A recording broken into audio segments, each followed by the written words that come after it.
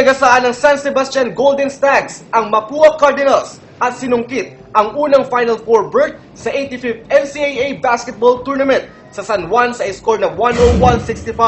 Napanatiling malinis ng mga bataan ni Ato Agustin ang 13-0 record.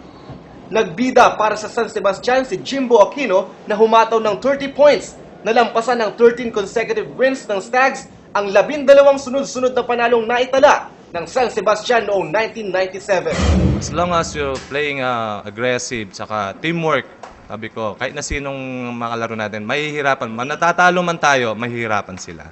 Basta ganyan ang ilalaro natin. Samantala, patuloy ang pagpapalakas ng Coca-Cola Tigers para sa darating na PBA season. Hinugot ng Tigers ang serbisyo ni Dennis Espino, Ken Bono at Norman Gonzalez upang makatulong ni Asi Taulava sa shaded lane. Pinapirma rin ng Coke ang mga rookies na sina Chris Ross at Francis Aliera.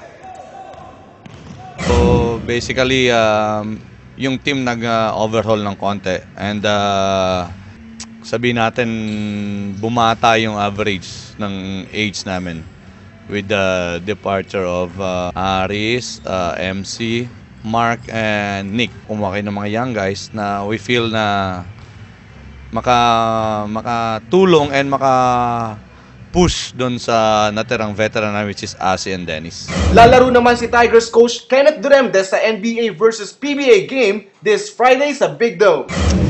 Marami tayo, 14 yung nasa team nung PBA selection. So, kung ano lang yung time na bibigay sa atin, they will play. Tingnan natin kung makatakbo pa tayo ng ilang minutes. But dito naman nagsushooting-shooting tayo. Rampy para sa Sports Update!